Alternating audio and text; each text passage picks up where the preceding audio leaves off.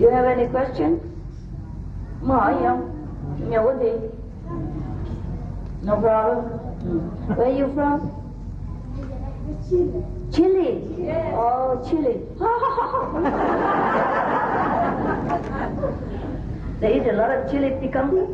Yeah? A lot? A lot in Chile? Huh? Aki? No? What? Don't eat chili in Chile? Yes. You do? Yeah, Spanish. Hot, huh? Rico. Rico. Like Mexican? You eat like Mexican people? Food? Chili?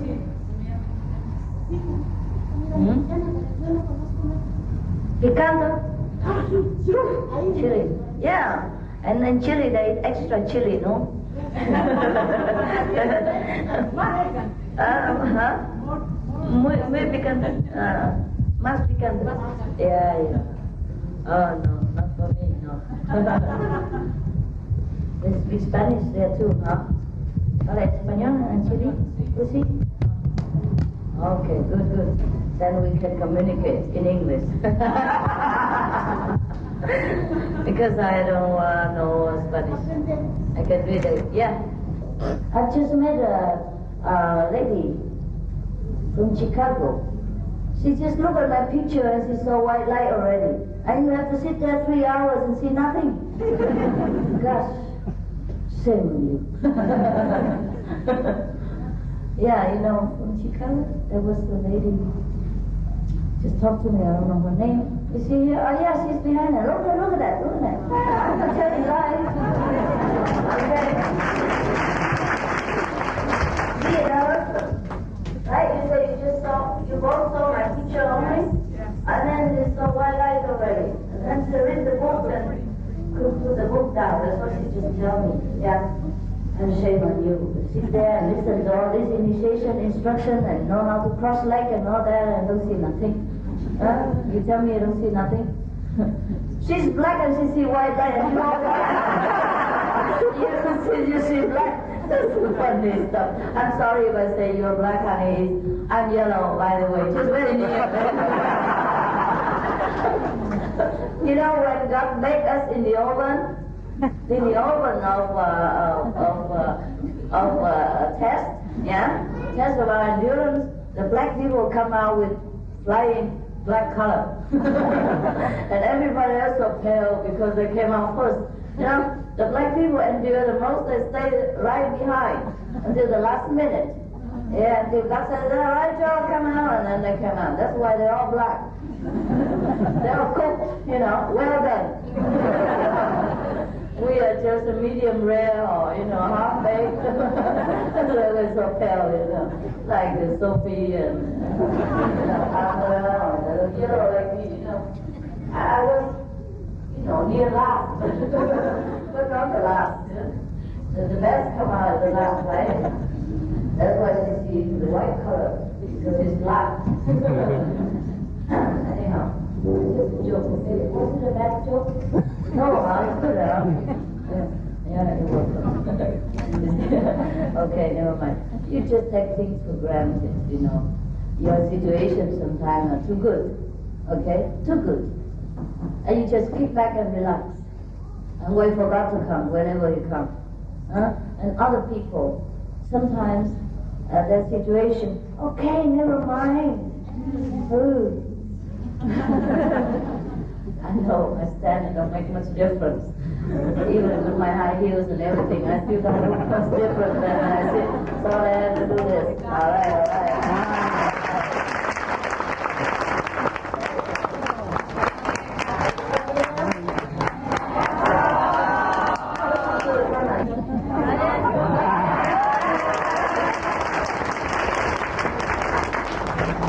There are a lot more room in this side. You see, I'm just saying now that because some of us, including myself, perhaps the situation is so good. Huh? Oh, I'm sorry if you don't understand English, okay? Okay? 对不起，还没有翻译嘛？那没关系，我讲英文可以哈。Mấy người không hiểu tiếng Anh thôi đáng ngồi đó nha. Ngày mai mình mới có cái hệ thống phiên dịch đó. Ngày mai mới bắt đầu mà. Ngày mốt mới bắt đầu chứ hả? Ngày mai bắt đầu, ok. Quý vị ngồi tạm đó coi dồn thì sẽ đỡ gì. Thanh về buổi trò hả? Cô đã lộn xộn lại không buổi trò. Con không muốn thôi tôi đi ha. Giờ thì thôi tôi đi nha. Yeah, I just have to apologize to those people. And any other language I don't speak of, please just sit there, and if you don't want, you can leave. It's a free America. Okay, so go back to our situation. Many of us, our background, our situation is too good, like we're rich. Maybe not very rich like Rockefeller or whatever fella, but we have enough means to survive, and we can go see Madame Ching Hai anytime we want. So we take it for granted, and so when we meditate, we don't concentrate very well. And that's why we don't have such a deep, sincere, and burning longing in our heart. And that's why we have very less experience compared to people in a less fortunate, so-called less fortunate circumstance, materially or physically.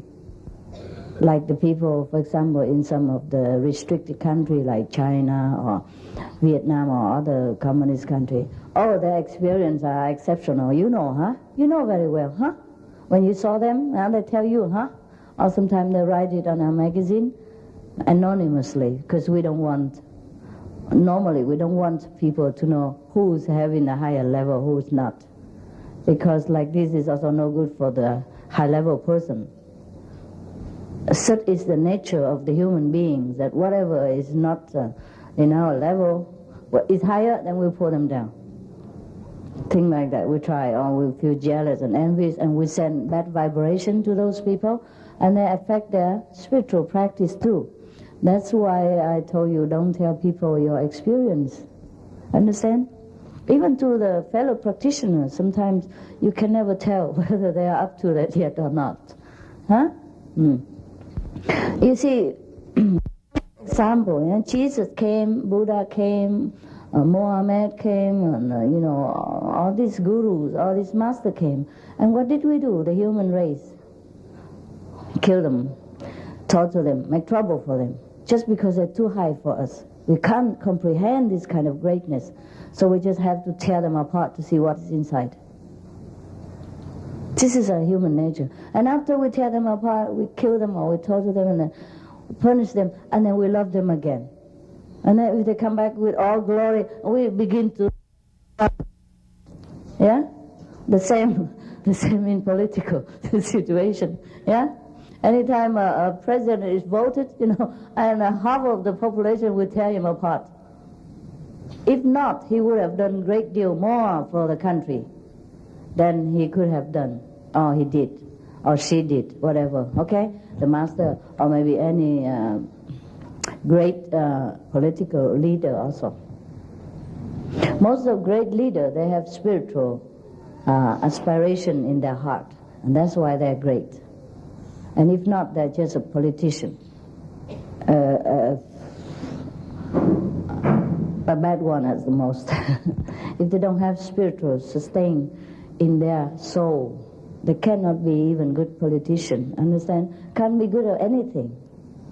So spiritual attainment is the foremost important thing in this life we have to achieve before we want to achieve anything else, be it financial status, fame, name, or politics. We want to lead people, we have to lead ourselves first out of darkness. And let it be a reminder to us that even in our favorable situation, we always have to try to remind ourselves that God comes first. God, that is our true self. I'm not here to preach you that I have to kneel every day to God and worship Him, because if there is such a God, He doesn't need us. to worship Him anyhow. But let's remember that He is us. God are us. God is us. And so we have to remember our great self in order to survive first and then to get out of darkness in this world. Because in favorable situation and in happiness physically, we tend to forget what is the most important thing. We forget. And then we plunge back to suffer again, and then we scream again, and then we pray to God and all that. And it's sometimes too late. We already suffer. So it is better that we remind ourselves every day, try to endeavor. Before you sit to meditation, try to pray to God in any way that is dear and is touching your heart. Pray to God, pray to the inner master, pray to your inner self, pray to Buddha, whomever you feel is the dearest to your heart. Please help me to remember who I am. Please help me to be enlightened more and more every day. And that's it. Once enough. If you sincerely pray, once is enough. Because you yourself hear it. If you're not sincere, you can shout the whole day long. You yourself know it don't work. Because you don't put the whole self in that prayer. And that's why it doesn't work. But sometimes it works, the prayer, because when you're so desperate already and so down and you're really down, you pray. At that time you see the light. Even if you ordinarily don't see it, or difficult for you to see otherwise, at that time you will see. Is that not so? Have you experienced? Yeah? How come so small? Yes. Only 2 or 3? Yeah, true? Oh, okay. Yeah. I'm just saying out of my own experience. If you don't have it, then you don't have to say yes. But you can try. You can try again. If we fail, we have to stand up and do it again. Every day we have to renew our strength in God and in our practice and in what is beautiful and truth and glory. We cannot just sink in this material world and material comfort and material kind of life forever. We cannot, because we are not that. We are not that at all, including this body. Now we still remember it, so we still stay here. But in Samadhi, we don't remember the body even. The body don't exist. And we know we are not the body at all. At that time we know our true self. And all of us have to endeavor to reach that state of selfless. And then you will know what God is, truly God is. At the moment, we only know God as abstract being, like bless us, help us do this, do that, and answer our prayers. And we already know God to some extent. But it's not enough. It's not enough that every day we pray for material comfort and to solve some problem to us and all that. It's not enough. We have to reach the state of being one with God. Then we know we are God, and we are children of God, and we are God also. That is the state that Jesus, Buddha, and other masters have attained, and we must endeavor to attain that too. There's nothing more worthwhile in this world, is it? I told you many times. Suppose you become the king of the whole world, and then what? Would you eat more than 6 times a day and get fat? And then you have problem, you have to go to liposuction, whatever, or diet, or exercising, sweating a lot, and it might not even help. And suppose you become president of a country, and then what? What else do we have? We still go out empty-handed. It's okay to work and earn money and strive to be successful, because that's the sport. We do it. Just like if we go into a football field or basketball field, we have to play as the best as we know how. But that doesn't mean that's the only thing that we should do in this world. That's just by the way, just by the way. If we do not remember this, then if we sit so long, we don't have experience. The people who have experience also have to remind themselves, don't be too proud, don't be too relaxed, because there will be more, a lot more to go. Huh? Always there are higher levels. There's no end, there's no roof to our attainment, like, okay, and I hit the roof and finished. It's not. There's always more happiness, more bliss waiting for us at every step of the way, at every level of consciousness. So we always have to continue. And that's what is worth living for. Otherwise, if we live another 100 years, and then what? Huh? Eat and sleep and watch TV, that's it. It's not much to do. Huh? Sometimes it's very boring here. So actually, when you say thank you to me, I think I deserve it.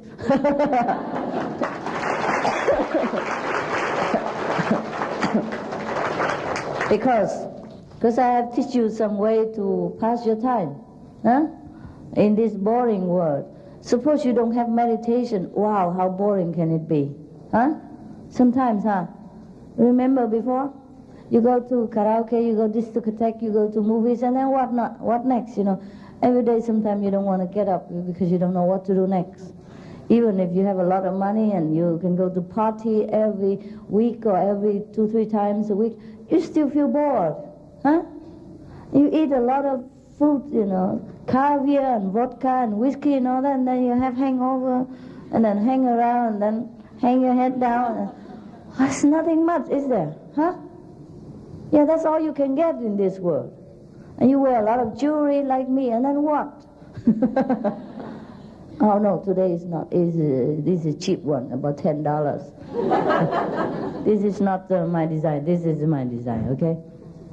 Actually, if you don't want to buy any of my design, you know, I mean, that's okay. I understand, because I don't want to wear them either. Now and again, okay, you know, if it's a special occasion, because it was tiring, huh? I understand. I like to wear those, you know, $5 thing from Kmart or Target, thing like that. You know, that's simple, easy. And you wear those simple clothes, huh? Run around, very comfortable. Yeah, as soon as I go back to my room or my house, I take this off immediately. Yeah, as soon as I get out of your sight, I'm just all off. Because the official clothes always make you feel too official, huh? Not relaxed. That's why I always advise you, when you go to group meditation, you don't need to put makeup on. You just wear very simple, elastic kind of clothes, so comfortable so you can sit and you feel relaxed and you can forget about the body. All these official clothes is only for official function. Otherwise, it reminds you too much of the physical body and it doesn't make you feel good. It's not a sin. It's not a sin to wear beautiful clothes. It's not. It's just too uncomfortable, too self-conscious, yeah? Make you aware of your beauty and your body, and it's all this illusion anyhow. Doesn't matter how beautiful we are, it's not real, right? It's not real.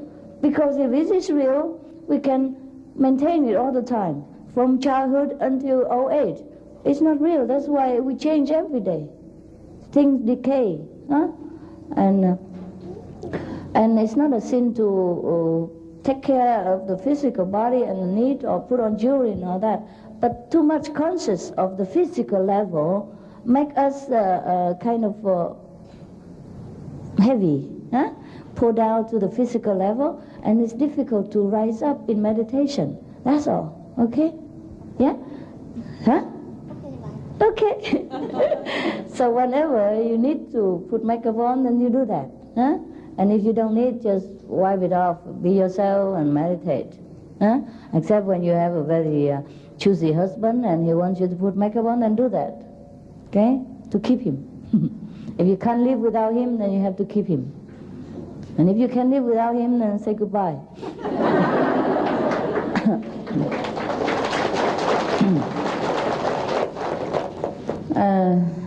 Just that in this world we have to look decent, you know, in a very appropriate circumstance so people don't think we are weird.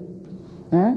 Because anything weird repulse people, make them feel that we are alien and we're strange people and untrustworthy. This is human nature. Anything look different from them, they destroy. They want to disturb, they want to make trouble. We already look very much the same, and a lot of people still want to disturb us for no reason. Sometimes we don't do anything at all. They still smell it. They smell that we have something different. Something that they do not yet want to have because of their choice of life.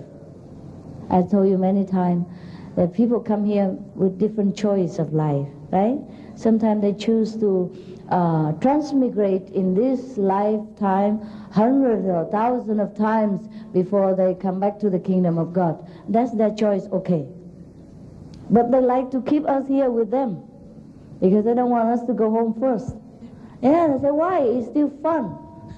Because of their choice, because of the nature of their choice, they feel the world is still fun. Yeah? And the world is only fun when a lot of people play around with them. If suppose their friend gone, their wife gone, their kids gone, they will feel lonely. Even if they want to play, they want to drag everybody around and stay with them to play together. And that's the reason why a lot of other souls try to obstruct the elevating soul, try to obstruct the spiritual practitioners. It's like that. Just like kids also, They're small and they want to play a lot. And they like to drag sister and brother, even though they grow up, more a teenager, they play a different game. Or parents don't want to play children game anymore. But the kids, the children, always like the sister and brother or the elder friend to play with them. Like to retain them, retain them in the playground with them, even the parents. You see what I mean? Not that the kids are bad, they're just at that level. They love playing, and that thing is fun, to play with plastic doll and plastic toys and, play seesaw and all kind of these kids game. Or they feel fun, they can play all day long, and we the adults pass already, and we're tired of it. But sometimes we have to stay around and play with kids. And sometimes you have kids, you play like kids too, right? Just for their sake. And you wear, Mickey Mouse clothes and all that kind of thing too. And you wear, reindeer kind of horn and all that, just to play with kids, huh? And sometimes around the kids you feel like a kid too, yeah? And you forget yourself as an adult. But we don't forget that often. We don't forget all day long. We don't forget 24 hours. And that is the difference between a spiritual practitioner and a non-spiritual practitioner. They are still kids. Let them play their game. And we sometimes play with them. Like we put on makeup, we put on jewelry, and we do this, do that, just like they do. But we are aware that we are different, that we're bored with the mundane physical game. Huh? So now you understand, huh? But don't be a kid forever, just like a parents, huh? A parents can play with kids sometimes, huh? But you have to remember yourself as a grown-up, no? Or you can't help but remember. Because you have your work to do, right? Your money to earn and the whole family to take care. Even if you don't want to remember that yourself an adult, you have to remember. Similarly, when we grow up spiritually, we cannot play ignorant person anymore, even though sometimes we do. Yeah? For time being, for an hour or for half an hour, half a day, maybe 1 day, 2 days, 1 month, but not forever, because we already awakened. We already grown up spiritually. We are ready to take on the responsibility as saints, as Buddhas. We cannot pretend to be spiritually children anymore.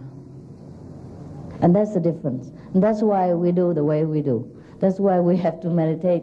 That's why we have to keep the precept. That's why we eat the vegetarian. We have no other choice anymore. Even if we want to try, go back to McDonald's or whatever, we just eat the French fries. Right? Cái gì đâu mà càng ngày càng nhiều vậy? You bring the whole restaurant here or what? Oh my God. Make people envy. Okay, anyhow, we go back to where? I'm thankful to you, yes, to some of you, not all of you, some of you who try to do this and do that and arrange this, arrange that. You know, I do know that it's a very difficult thing to do, organizing a retreat, because there are 1,001 things to take care. You know, in such a holiday season, and to book a hotel in the middle of a capital city for many thousands of people is not easy, huh? And it's not that we have a lot of personnel in Washington D.C. Anyhow, but I'm grateful. So sometimes for your arrangement or your request. Without you, I would not do much. Yeah, the most would be take care of your letters, you know, approving some of the manuscripts, and you know, proofread something, and sing along, watch movies, watch a video, thing like that, and hang around. So because I don't think I have much to do anymore. You tend to feel peaceful inside, don't you? After some times of practice, and you don't want to do anything. That is the truth, huh? Before enlightenment, you still want to run here and there and, oh, do this, do that, save the world, you know. And after a while, you feel everybody is okay. Whatever they choose to live their life is fine, it's fine. But then luckily some big bodhisattva, you know, with great vow from the past lives, come here to save the world for me. And then they would think of doing this, doing that, doing others, you know. So all the work are done by you. Most of the work are done by you. The initial works have done by me, you know, like I was invited to go here, go there and lecture, and then I did go. And then so I saw the seeds of awareness among the people, and then from then on you continue to do your job, huh? And then now I don't feel like there's much to do.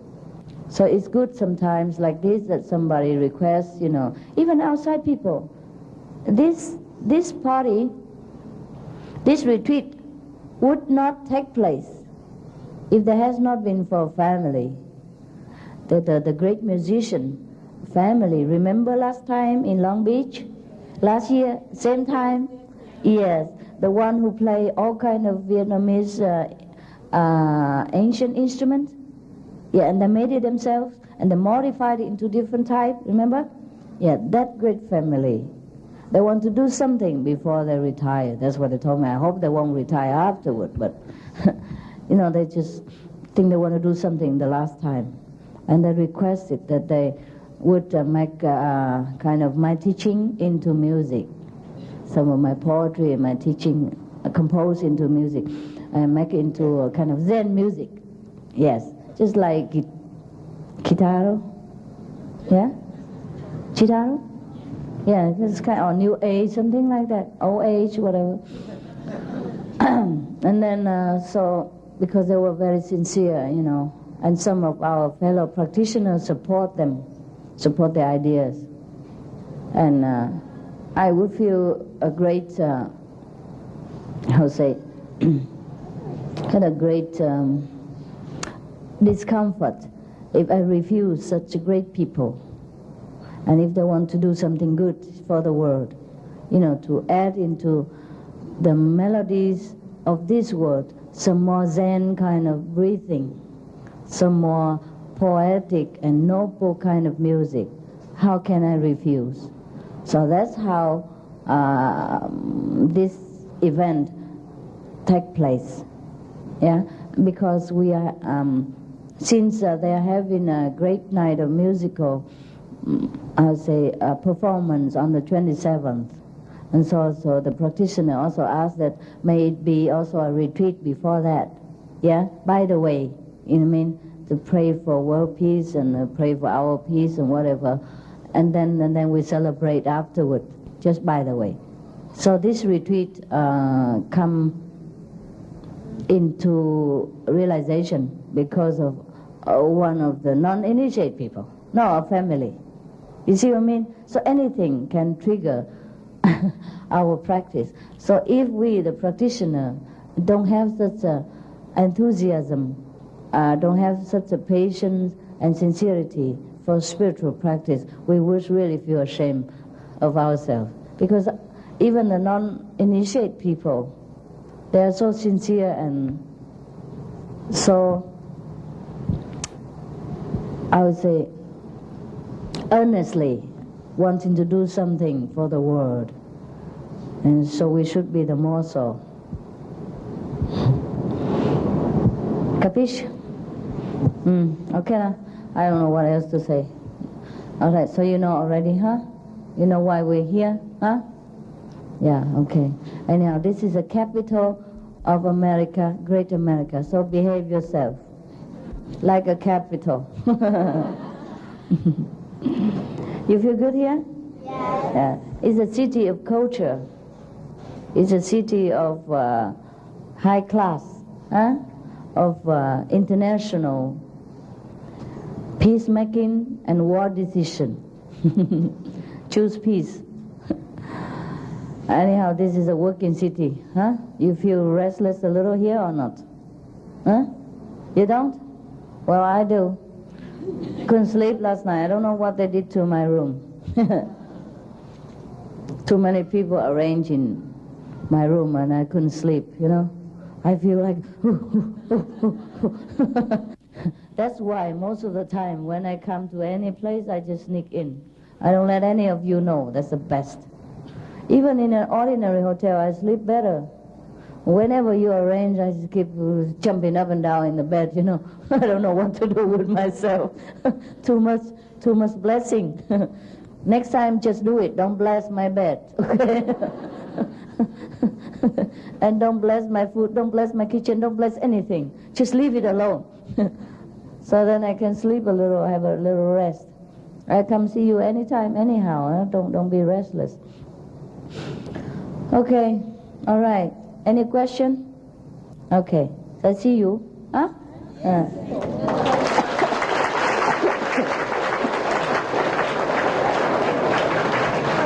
How are you, Master? How am I or how old? How are you? Oh, I'm okay. Thank you. I'm okay. No, nothing. Nothing việc hả? Thôi dẹp đi. Nói rồi, nói hoài. If you don't know, you please ask the person in charge who know. You know, ask the Hộ Pháp or, you know, the guards or whoever, the working staff out there. Huh? Okay, because I don't know either. I tell you truly.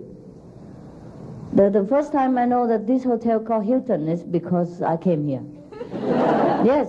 I don't know what street is on and what number even. I don't even know what room or anything, you know. I don't know where to go, what to do. So don't rely on me. Don't ask me such kind of question. I don't know anything. Okay? Anytime when there is a retreat or the lecture or something like that, I'm driven there and driven back alone. I don't remember where I give lecture and what the address and so don't ever ask me, okay? I don't remember. I don't know, okay? You ask whoever know, okay? And if that person doesn't know, you go and find someone else. Better ask the working staff, you know, the one who sit there and registers your name and all that. Perhaps they know, okay? They should know. And if they don't know, you tell me, and then we both go and ask them. Okay, and make sure the kitchen staff remember to cook food and leave it 24 hours for people who come late to eat. 24 hours, understand? Sometimes if you're hungry, you can go and nip something, but don't nip too much, and the next person don't have. And don't eat too much, because you can't meditate. 80%, okay? 80% food, 10% water, and leave 10% empty. Okay? Like this, the next meal tastes even better also. Huh? Okay, bye-bye. So long. So long.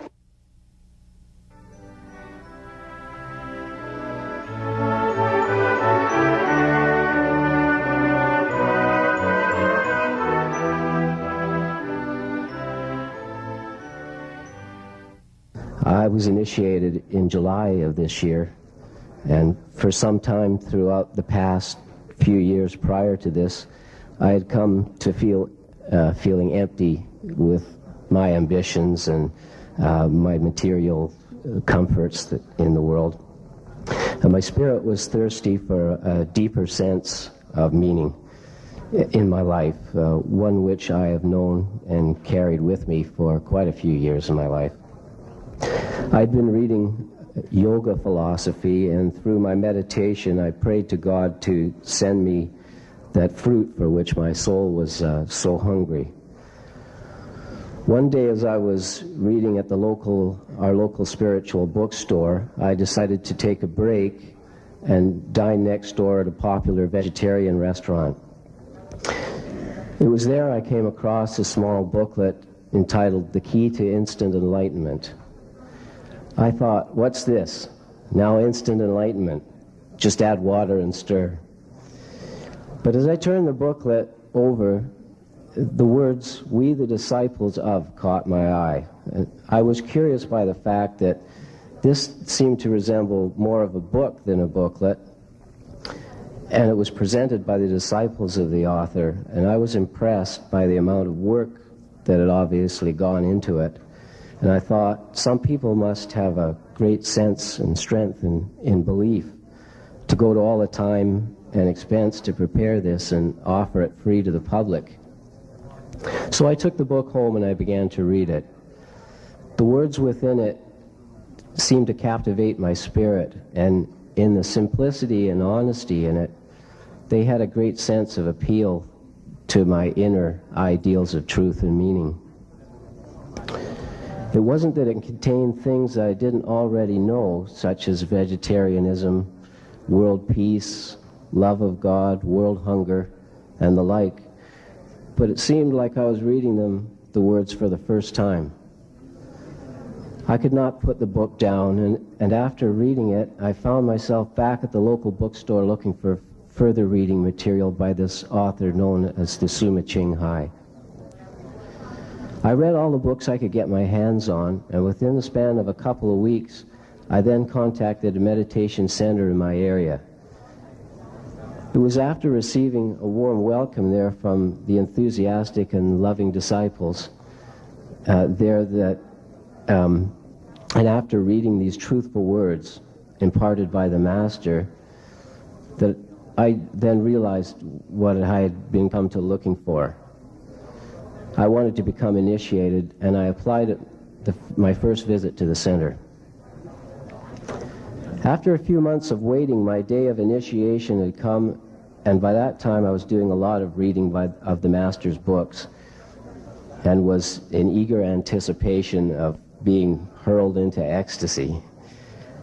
I had visions of visiting glorious places with jeweled temples and mentally prepared to travel to heaven amid the sweet sounds of trumpets blasting in my soul transformed forever, never to return the same.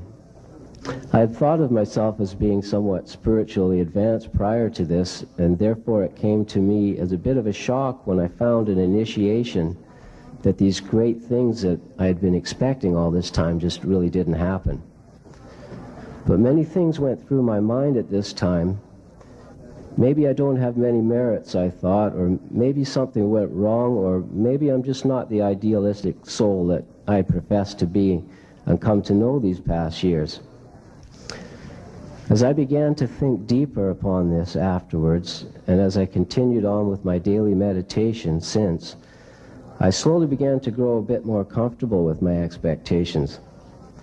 Why should I have any expectations of God at all, I thought, but rather accept the greatness that surrounds me every day. As I looked at myself a bit closer, I began to dissect my own morals and ambitions. It became clearer to me that I was not above or below anybody else, but rather just a man like any other, looking for the same loves and hopes we all look for within. And as I looked deeper, I began to see that all of us were heading in the same direction, just taking different paths. Some higher, some lower, some faster, some slower.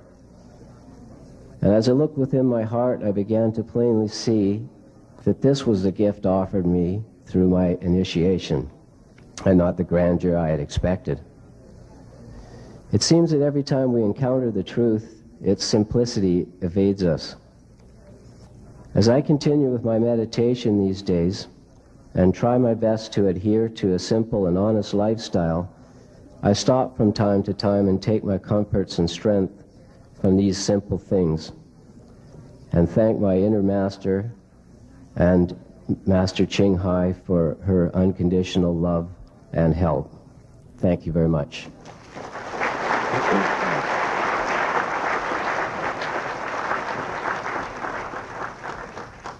The next person I would like to introduce is from Montreal, Canada Center.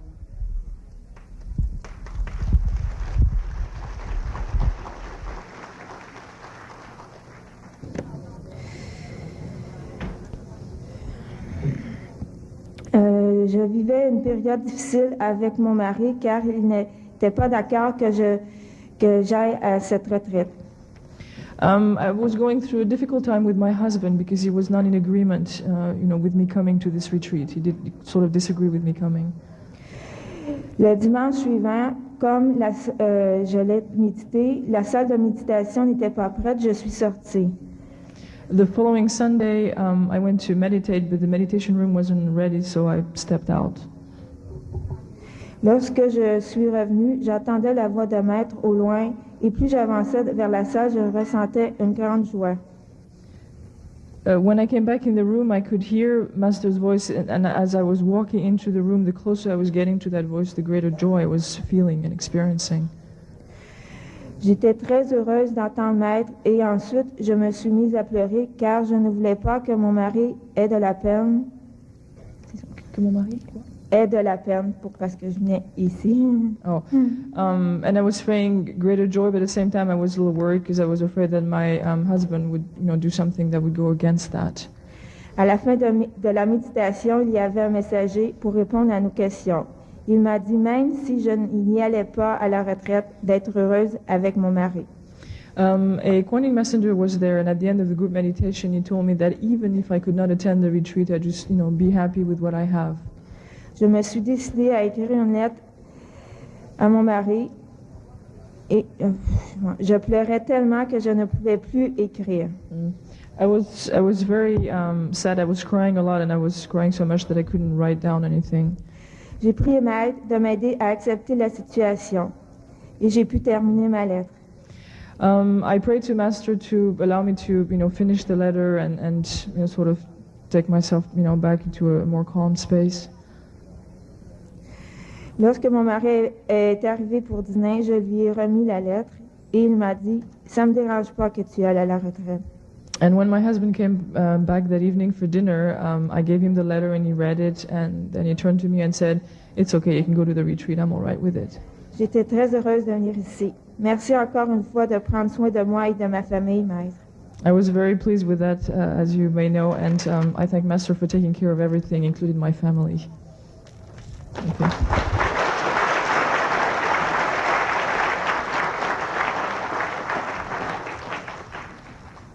From Chicago, Illinois Center, United States.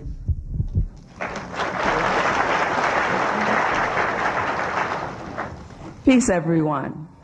I was initiated June 1st, 1997. I am also very excited and happy to be here today at this great, great occasion. I first heard about Master Ching Hai in August 1996. My husband and I were on vacation in Hot Springs, Arkansas. We were in a shop looking at books and rocks, crystals, and so forth. My husband discovered the book and brought it over to me. And he said, "Look." I looked at the front and then I opened it, but her picture on the front, there was something special about that picture when I looked in her eyes. But I began to read it. I couldn't put it down. I put it down and pick it up. And on the way back to Chicago, my husband drove. I read the book periodically to him, just telling him what was going on. And I began to see beautiful colors after this that I'd never experienced before. The bright, bright white light. It was just a wonderful experience. And, telling him he was excited too. But it was truly a blessing. I felt just really uplifted. And, I've known about the consciousness raising, positive teachings for many years.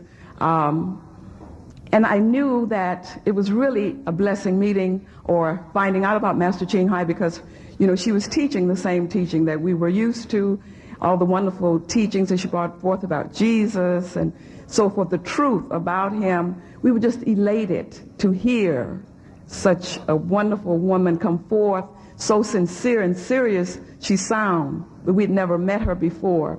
And I've also had experiences where I've seen like her image in dreams or just closing my eyes to meditate. I've had experiences on my job where problems were solved because of the initiation that I received. My husband also received initiation at the same time, so we're both practitioners.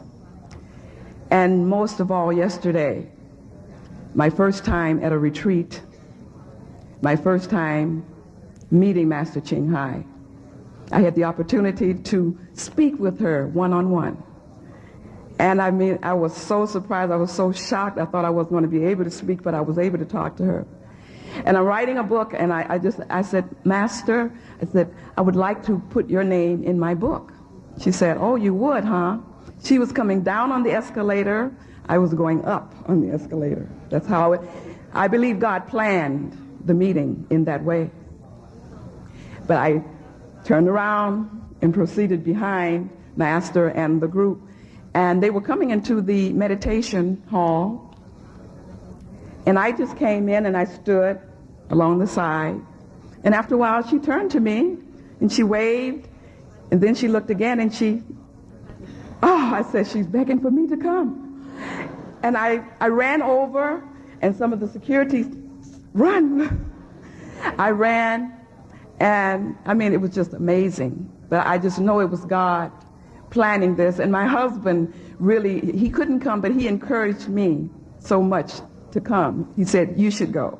And I know why now. And I just feel I have so much to share with him and so many other people.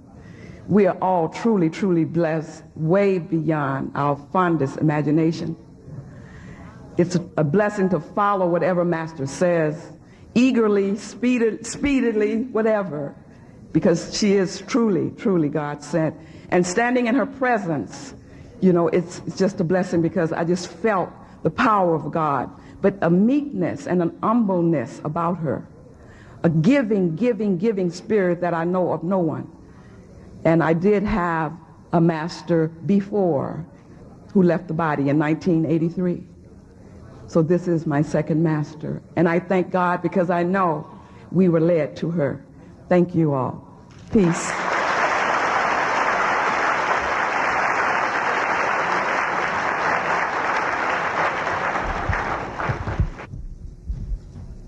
This concludes the inner experiences for today. We have some good news. We may be blessed with a very important guest. So I ask you all to close your eyes in meditation.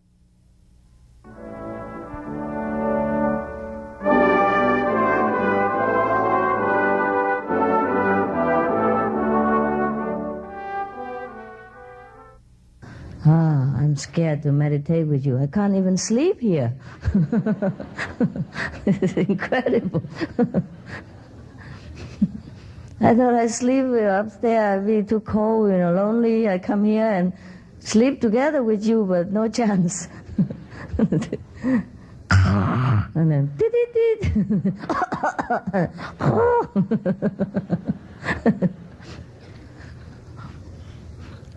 and then some handicapped have to park his car right in front of the road. Right in the middle of the walkway. We have this walkway. This is for 1,000 people to walk, not for you to park your car. The no-wheel car, the handicapped car. It's not a handicapped car. I know you complain when you have some physical problem, but it's just a temporary, like if you have an accident and you broke your leg and you have a cast, and just for a while, and then you'll be okay again. And don't make everybody else become handicapped by parking your car on the road, and then I become handicapped too, and then we complain all together. And you just try to catch attention. Yeah? He complained already in L.A. Hey, I must go to Washington, D.C. Somebody must take care of me. It's not a must. We take care of you if we want to, because we want to show our care and attention, and you have to say, please, can you help me, or can somebody, not say, I must go and somebody have to take care of me. Nobody have to take care of you. It's your own karma. Right?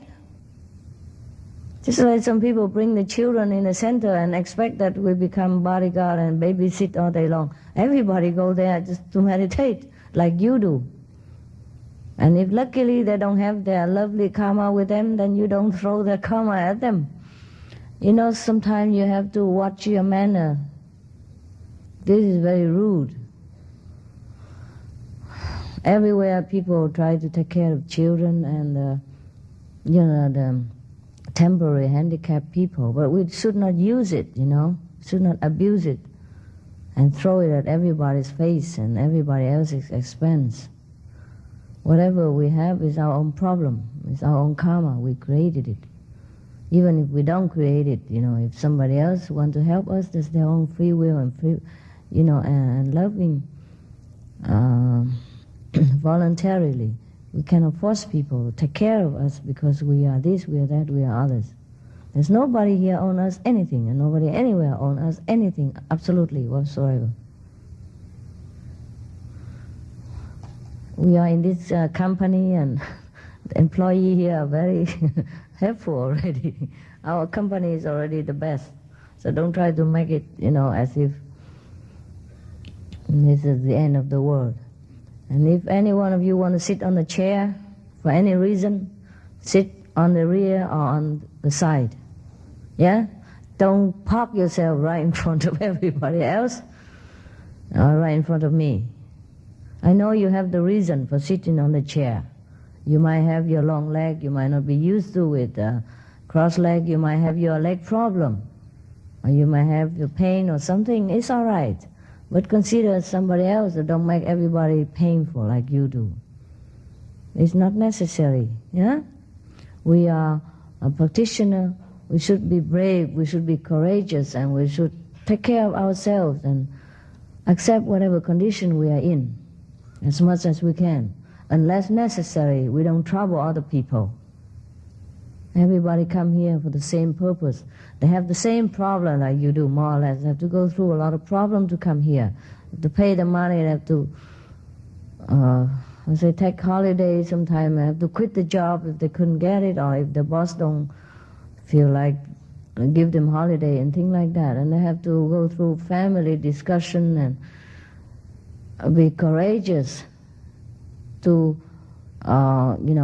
go above all obstacles in order to come here. So we all have to respect everybody else's position, and their privilege. Not to come here for you alone, and don't try to catch my attention for yourself alone, because you have it. When I pay my attention to you, you will see what it's like. Yeah.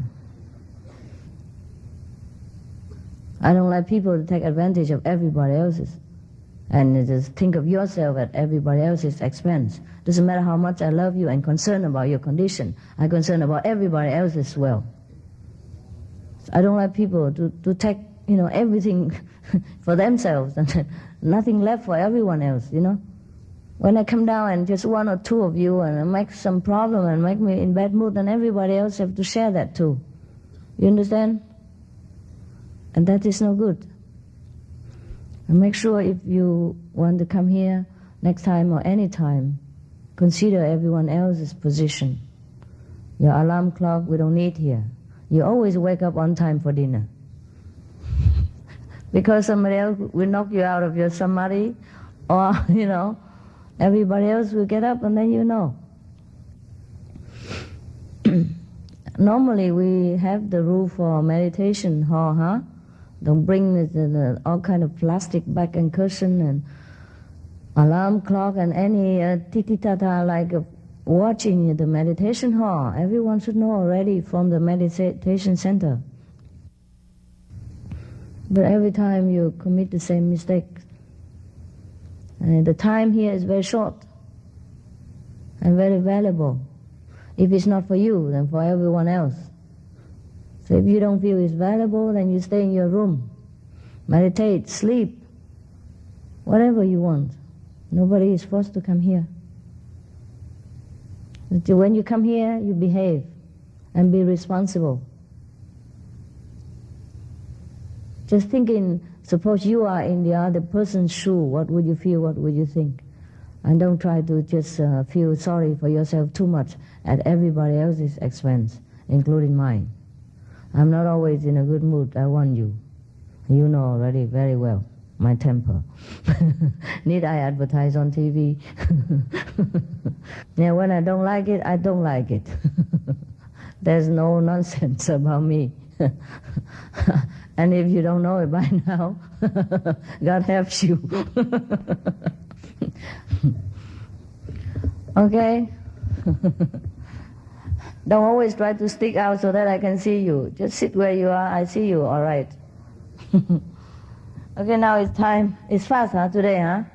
Just have a little sleep and then 4 o'clock already.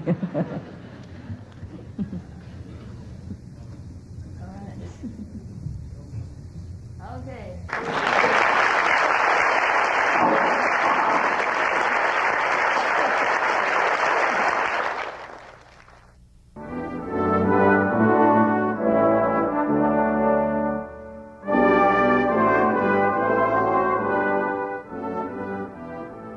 What happened is last night I did some research, in here for some of your questions yesterday. Because yesterday I did give you some answer, but after a while I came home and I came to my room and I thought there's something else missing. Yeah? And I did some research and I had some answer for you. So I stay up until very late, like maybe 5 o'clock in the morning. Actually, I wanted to come down and meditate with you about 3 o'clock in the morning. But I thought I haven't done my research yet. So do you want any more questions or you want to hear the research? Huh? Okay, just short one, huh? Then you go for lunch, huh? And you're tired now? After a good sleep, are you still tired? I can hear you from very far. After all, I have sympathy with you. Every day you're running, either for kids, for their school, or for your work, and for your headache every day for survival. So if you do sleep here, it's all right. It's all right. You make up at home. Meditate at home. Later, don't worry about it.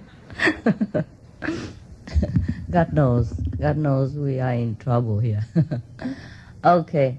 About the first, what was the question first? The lawyer first, right? Actually, in this kind of situation, it is wrong, huh? Because the lawyer is there to protect the company whenever the situation demands, not always blindly defend for the company, even when the company is wrong. And that's the purpose of having a lawyer anywhere or anytime, not only for the company, but for private and for any enterprise or any undertaking, huh? Suppose somebody wrong us, right? Accuse us for something that we have not done, or accuse us for something that we rightfully just, huh? Then we have to need a lawyer to defend for us, because we do not know much about the law, huh? And he's more the expert. He can argue for us. Then we need the lawyer or the attorney, whatever. Nah? they should be the one who defend for the weak and help the ignorant or the suppressed persons. So in the case of any company at all also, if the company are wrongly accused and being taken advantages of by the employees or by other company, then the lawyer should be using his best to defend for that company. Then it's okay. That is the best way to use a lawyer or to have a lawyer. It's not just to have it there so that you always win and your company always save money or take money from other people, right? So it is not the lawyer's fault, it's the company's fault. And even if a lawyer for any company or any individual should strive to understand the whole fact and then defend for what is right. And not defend for the client, but defend for justice. Then it don't matter. But as in most case, people just make use of the lawyer to win the court case. It doesn't matter whether it is right or wrong, then it is no good. Okay?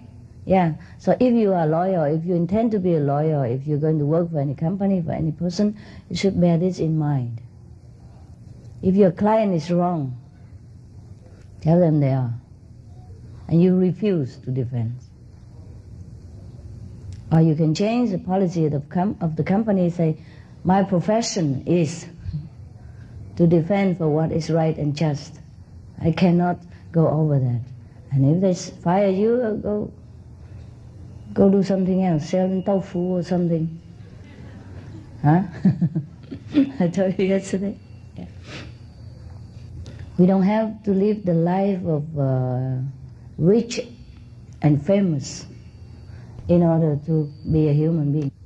The more we strive for outside richness and fame, the more we are slave for all kind of wrongdoing in this world. We should always strive to be righteous and right. And then it doesn't matter what we do. Then we will not fear of anything. You remember the story about Rama in India when he was nominated to be king, future king. Okay, he was ready to be king. And when his father denominated him because of some incident with the queen, the smallest queen, she got jealous and then talked him out of it. And so he was denominated and exiled into a very far away country. He was also prepared to go.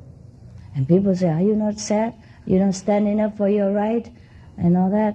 He said, what for? If I'm given the kingdom, okay, then I will have to fulfill my obligation and do my duty the best as I can. But if the kingdom was taken away from me, good, then I don't have to do it. I have a lot more time to meditate and to think of God, to do something else. When we look like that, it's good. When we look at things that way, we don't feel so confused and struggle inside anymore. We don't care. And that's the right attitude of anybody, especially for the Kuan Yin practitioners. Before I came to DC, I have already brought a ticket. And one of my companions also. And then when we went to the airport, he forgot, he probably have a different name. He has a different name. And then the other ID card is a different name. And he forgot to take the other new one. Yeah? And then the airline didn't let him go. And they make so much trouble, so much fuss, And this is inside America. Normally people don't check the name. I don't know why they did that. And so make so much trouble. And and I was ready to curse the whole company. Because it's the last minute, And they tell us have to go back, get your ID and come back and all that. And we'll be late, and a lot of people waiting for us here, and we couldn't get in touch with them at that time because the organization wasn't that wasn't done properly yet. The telephone and everything is not yet connected. But then I thought, no, don't do that. It may be for something good.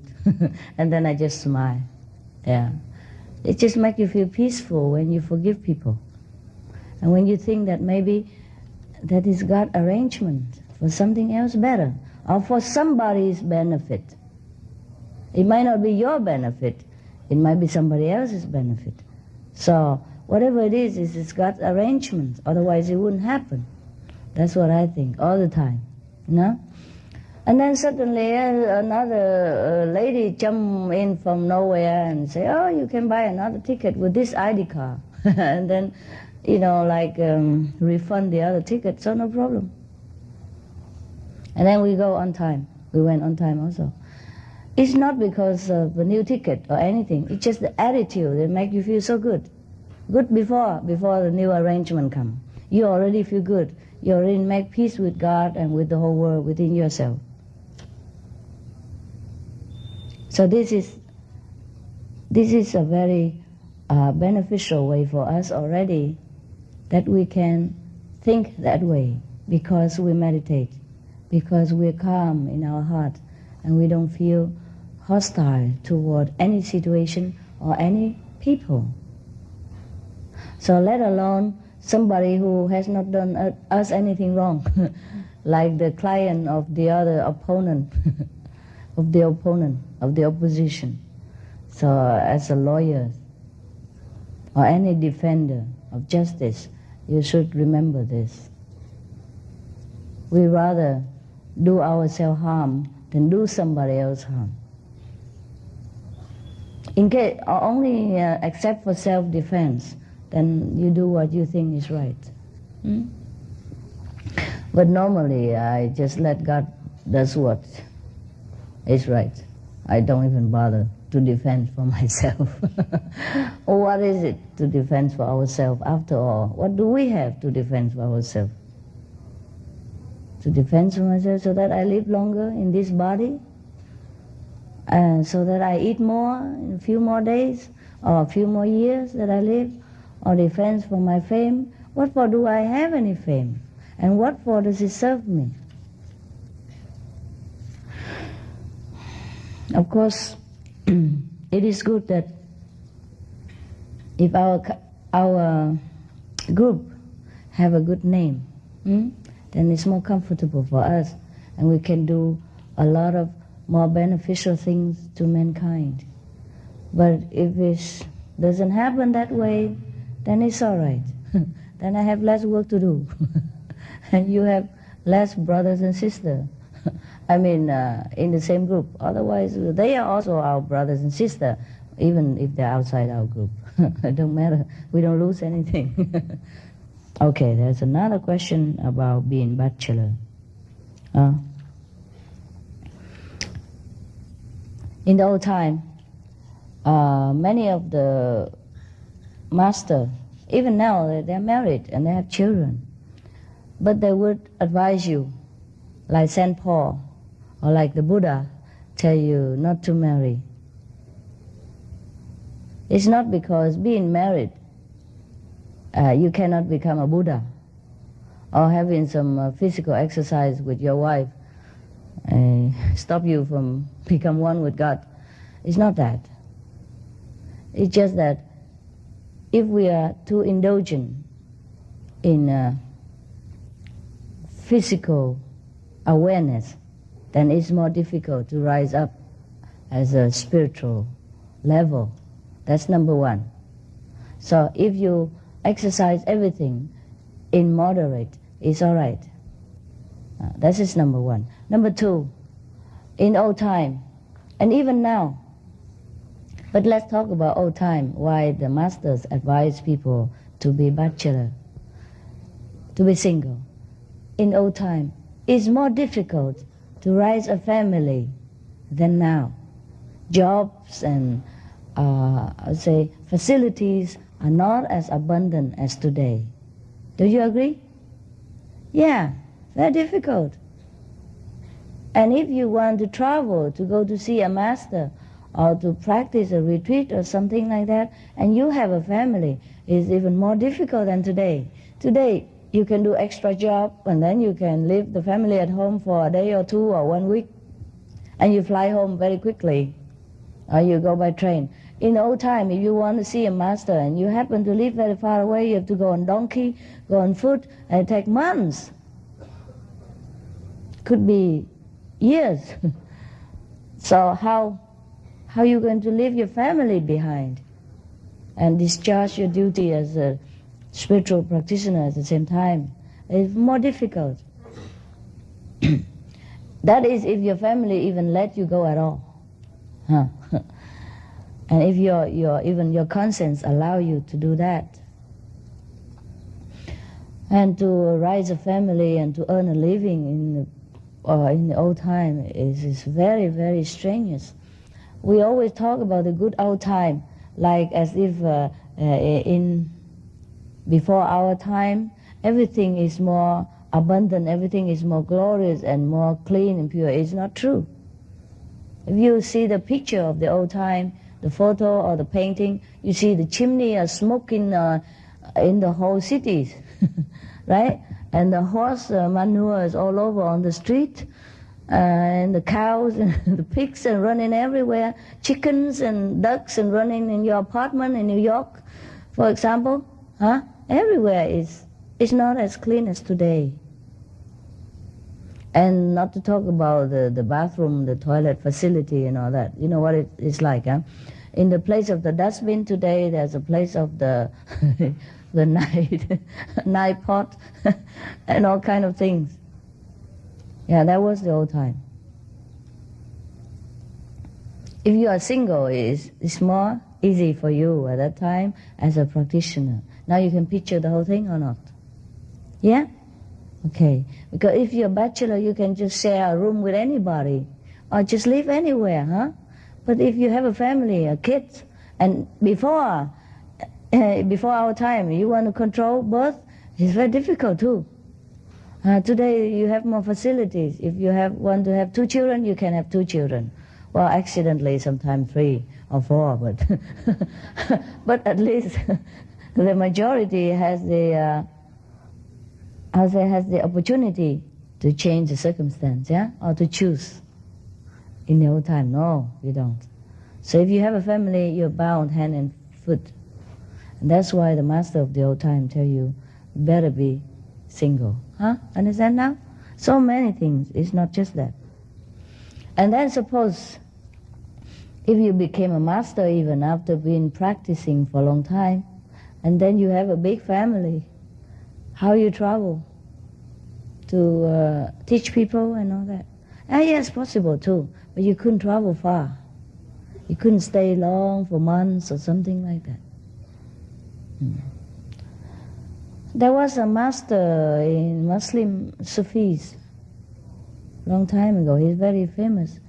His name is Mullah Nasruddin, if I'm right about the spelling. Yeah, he's a very funny guy. He has a wife and kids, but he also can discharge his duty as a master. But he was dirt poor, and he couldn't travel very far anywhere because he has only a donkey. And even sometimes people come and want to borrow his donkey. So there was a joke about him. One time somebody came and wanted to borrow the donkey, and he said, no, the donkey is not here. Oh, he can tell lie too. White light. And suddenly the donkey, bah! In the old time, people keep donkey beside the house, or behind the house in the small room or small stable, huh? And the donkey, bah! And the neighbor said, huh? Master, you tell lie? Mullah, Mullah means a teacher, huh? You tell lie? The donkey the donkey just bay, huh? And the master was so indignant, standing up and saying, now you believe me or the donkey?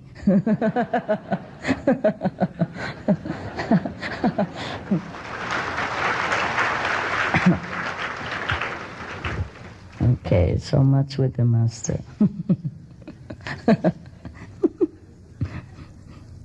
And one day, One day he went to a neighbor, talking about being dirt poor.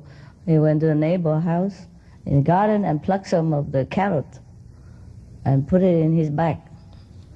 Plug it in and put it in his bag and ready to bring home. And the neighbor saw it and said, mullah, just what you're doing. Plucking my carrots and put it in your bag like that? And the master stood up and said, hey, yeah, I was just wondering the same question. And then you came.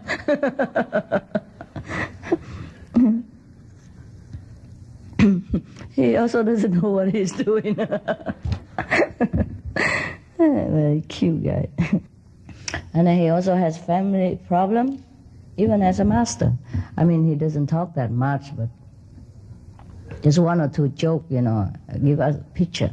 Like one day he went to a shop, and then a shopkeeper sell a pair of sword, very expensive, 50 gold pieces for a pair.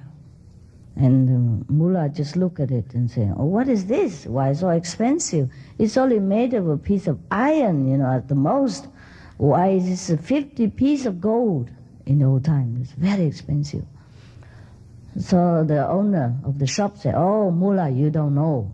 This sword is magical sword.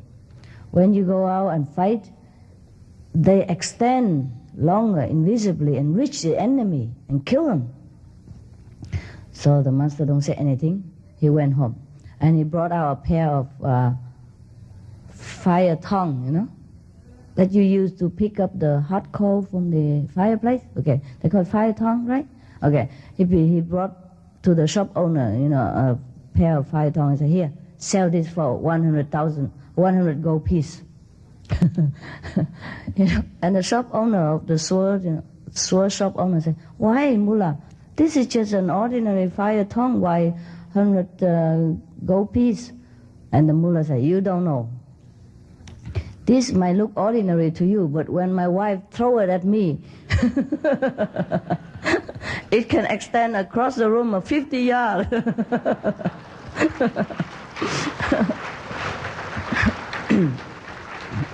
And reach me without fail anytime. It's very cute. So if you have any problem with being single, you remember all this. If you're single, you have problem.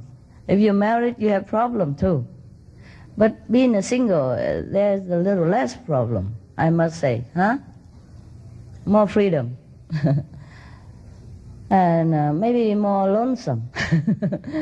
But when you're married, you have more fun, but more trouble also. You pay for everything that you want to get in this life.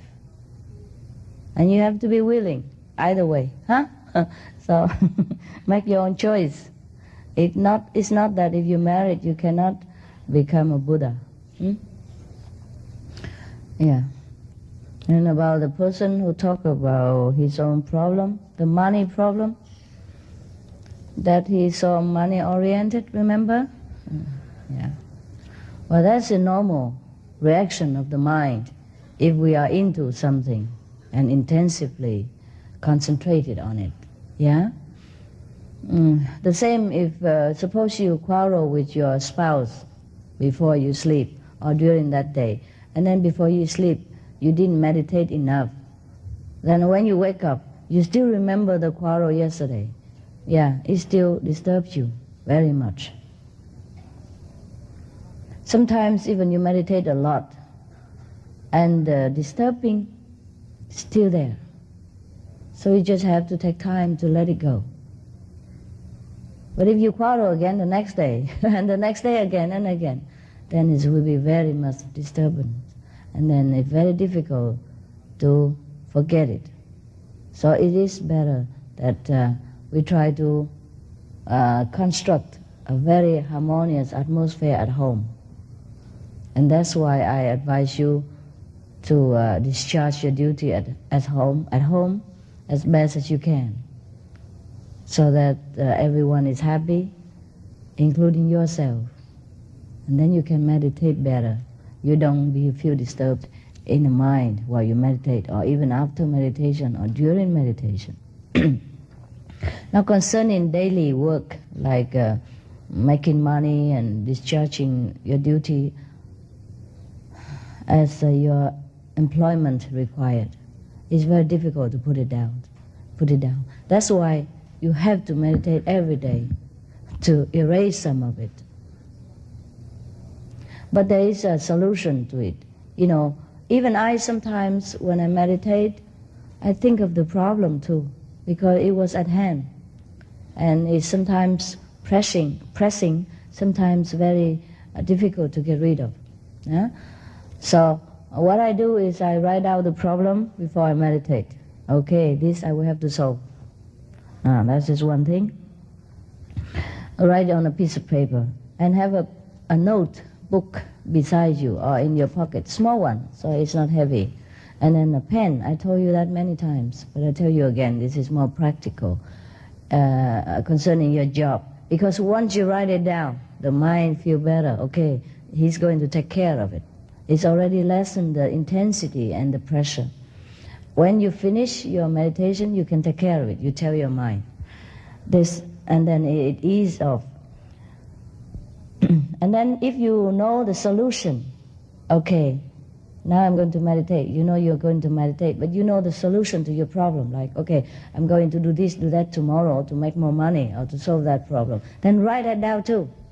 And that's even better for the mind to calm down. But during meditation, sometimes you have better idea about how to solve that problem, how to make profit. But not to take money from other people unjustly. That I don't advise. And during meditation, maybe the problem is still there, and then you have some clear idea what to do. And then you write out immediately on a piece of paper the ideas that come up in your head during meditation, because that is maybe the master who answer you, who give you the solution. So write it down before you forget. And also once you write it down, you're peaceful, and then you can continue to meditate. So don't hesitate. The meditation is not only to become a Buddha, I told you, it benefits you in many ways. Give you peace of mind, give you a clearer mind for your problem daily, and give you physical purification so that you become fit and healthy. There are many ways you can benefit from meditation. It's not only to become a Buddha or to be one with God. It's just the byproducts are plenty. Miracles happen, and health are restored, and sickness is removed, and problems is resolved. So do more meditation. And during meditation, if any ideas come up very clear to you, then write it down. And like this, you can continue meditate later, and the problem is gone. Okay? Understand? That's it.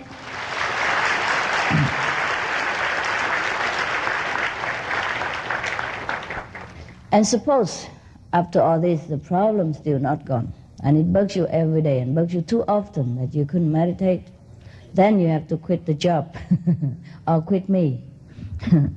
Yeah, there are some of our initiates before.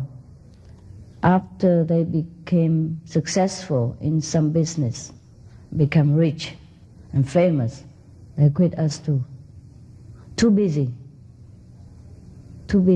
too engaged in socializing, in lobbying, in dinner party, lunch party, and meeting this and that high personage and famous personalities, etc., etc., and then more and more demand all the time of their time and their energies, and then they come home, they don't meditate anymore enough, and the less they meditate, the more they are involved in worldly activities, and the more they are involved in worldly activities, the less they can feel inclined to meditate. And so, the vicious circle going, and then they live all together. And now completely successful in the world. Use up all the energy and the merit earned from the last period of meditation, in the world again. I have told you to be successful in the world, but not as the cost of the spiritual progress. Understand? Because after we leave this world, we have nothing. We cannot bring anything with us. So if we cannot balance our life between spiritual and material gain, we have to quit one or another. So the choice is yours. Anytime we should choose the spiritual progress before the material gain, of course. But I could not force you to make one choice or another. I just tell you the consequence.